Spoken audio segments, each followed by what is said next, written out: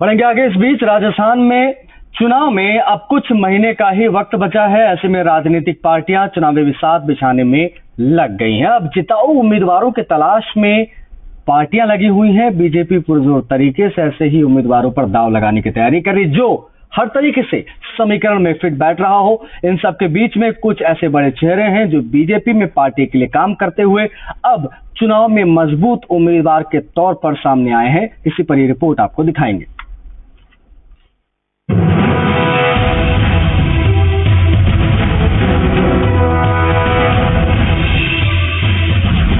राजस्थान का चुनावी रण तैयार, लगना शुरू हुआ उम्मीदवारों पर दांव।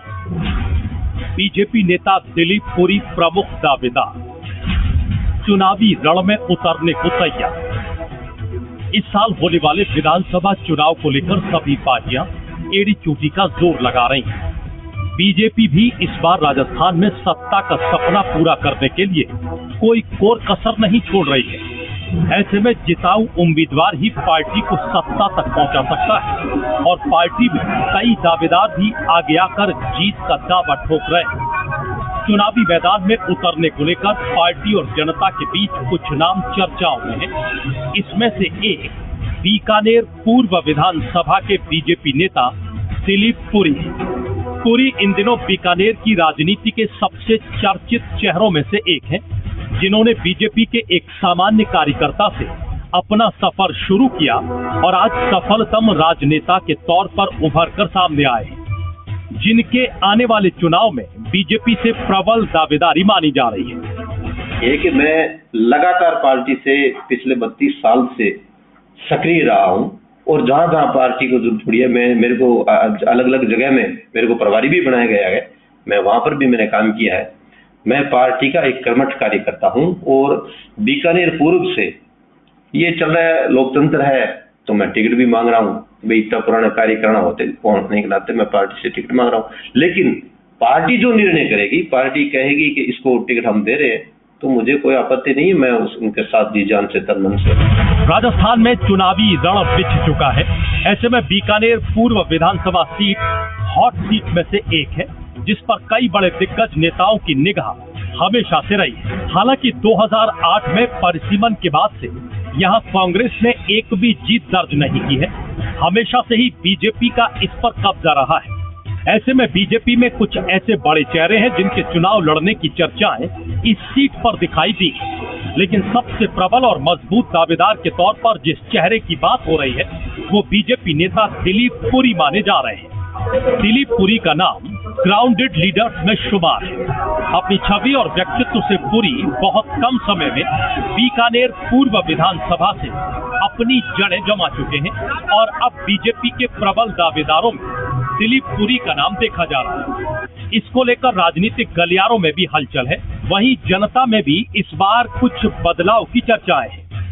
लड़ाई के दौरान 1971 की जो लड़ाई थी, उसके दौरान मेरे पिताजी डूंगरगढ़ को छोड़ करके पास में गांव था उदरासर, वहां चले गए और मैं एक बड़ा ही गरीब परिवार से था। मेरा 1986 तक का स्कूली जो शिक्षा थी मेरे गांव में हुई। 1986 के बाद मैं 1987 के अंदर बीकानेर आ गया था। बीकानेर से मैं जब से लेकर के आज तक मैं बीकानेर में निवास करता हूं और मैंने जीवन में संकट बड़ा झेला है, क्योंकि एक गरीब परिवार से था और मेरी पढ़ाई जो थी बड़ी मुश्किल से थी। दिलीप पुरी की गिनती संघर्षशील व्यक्ति के तौर पर की जाती रही है, जिनकी ग्राउंड से लेकर बीजेपी पार्टी में ऊपर तक मजबूत पकड़ है। पुरी सबसे ज्यादा चर्चा में तब आए जब खाजूवाला और लूड़ करणसर चुनाव में बीजेपी उम्मीदवार की जीत के पीछे उनका संघर्ष सामने आया। दिलीप पुरी ने विधानसभा लूड़ करणसर मंडी चेयरमैन का चुनाव कार्यालय संभाला और पूर्ण रूप से सफलता अर्जित की। 2008 में परिसीमन के बाद नई सीट बनी खाजूवाला में विधानसभा चुनाव में 2008 और 2013 में कार्यभार संभाला और बीजेपी की जीत का परचम 2 बार लहराया। खाजूवाला नई पंचायत समिति के गठन में महत्वपूर्ण भूमिका निभाई। जिले में पार्टी की तरफ से कई बार प्रभारी की जिम्मेदारी सौंपी गई। 2004 में दिलीप पुरी सहकारिता प्रकोष्ठ बीजेपी के अध्यक्ष रहे। 2010 में बीजेपी देहात जिला कार्यकारिणी सदस्य बने। 2011 में बीजेपी देहात मंडल उपाध्यक्ष और 2014 में जिला मंत्री बीजेपी जिला देहात रहे। संघ परिवार से भी दिलीप पुरी की काफी नजदीकियां हैं। ऐसे में वो भारत तिब्बत सहयोग मंच के जिला उपाध्यक्ष हैं और अखिल भारतीय साहित्य परिषद के सदस्य भी हैं। दिलीप पुरी विधानसभा चुनाव में उतरने की पूरी तैयारी कर चुके हैं और बीकानेर पूर्व से दावेदारी करते हुए यहां की जन समस्याओं और उसके निराकरण को लेकर कटिबद्ध हैं। पुरी का कहना है कि उनका जीवन गरीबी में बीता है, जीवन में आगे बढ़ने के लिए बहुत ज्यादा संघर्ष किया है, इसलिए संघर्ष उनके अंदर है। 1993 में बीजेपी के नंदू महाराज के चुनाव में बीजेपी के लिए काम किया। 1999 में अटल बिहारी वाजपेयी जब प्रधानमंत्री बने तब भी बीजेपी के लिए काम किया। आज केंद्रीय मंत्री अर्जुन राम मेघवाल के साथ भी पार्टी के लिए काम कर रहे हैं। पुरी का दावा है कि आने वाले वक्त में अगर पार्टी उन पर भरोसा जताती है तो वो पार्टी की उम्मीदों पर खरा उतरने की कोशिश करेंगे।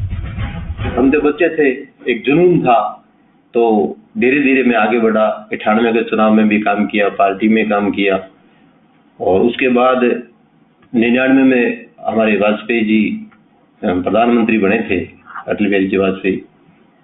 99 में चुनाव के दौरान भी हमने हमारे से जो बना काम किया और पहला पदाधिकारी भारतीय जनता पार्टी में 2004 के अंदर में वार्ड का अध्यक्ष बना।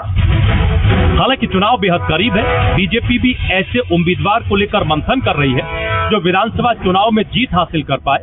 वहीं बीजेपी के बड़े उम्मीदवार के तौर पर दिलीप पुरी को देखा जा रहा है।